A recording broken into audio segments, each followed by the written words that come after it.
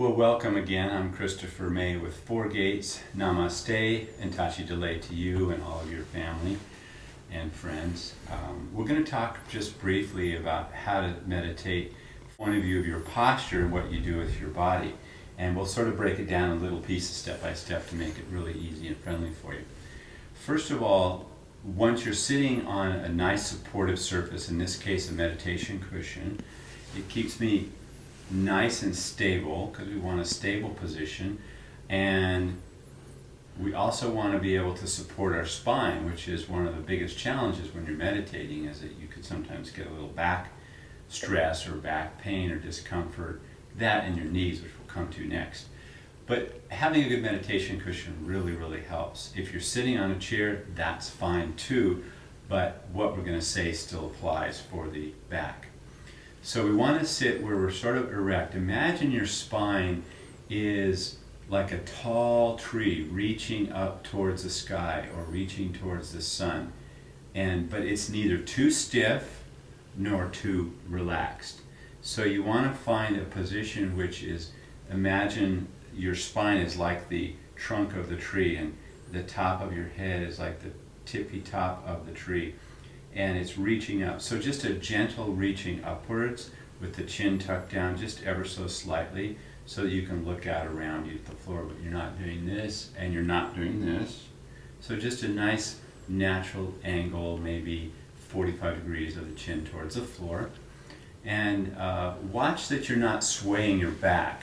So if I could put my hands on your back right now, the backs of my hands, and I could feel like a little dip, that would be something we try to avoid because eventually you're going to have a little bit of lower back pain.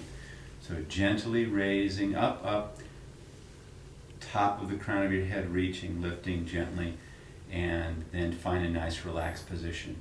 When you start to meditate, notice if your shoulders are stiff. If they are, sometimes it's good to do a few, like 3 or 4 or 5 shoulder rolls.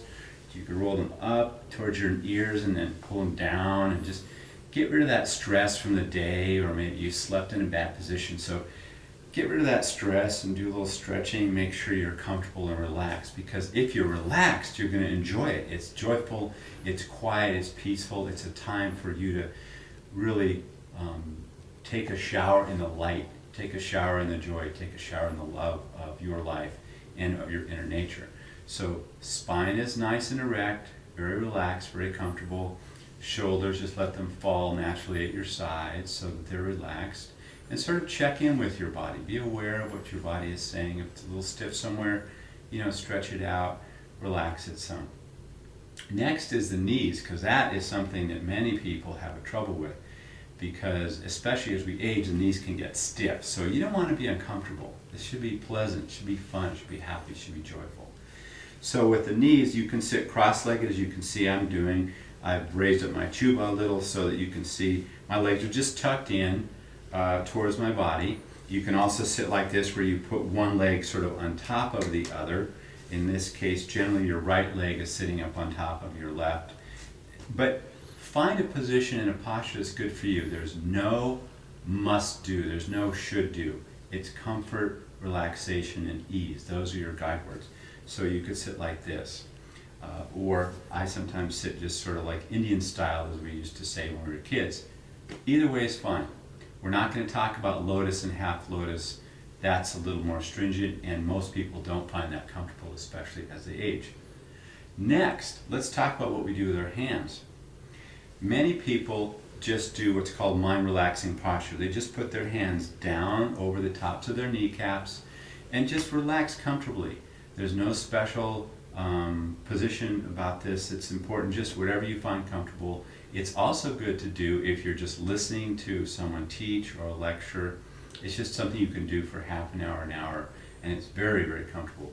Your elbows naturally tuck in.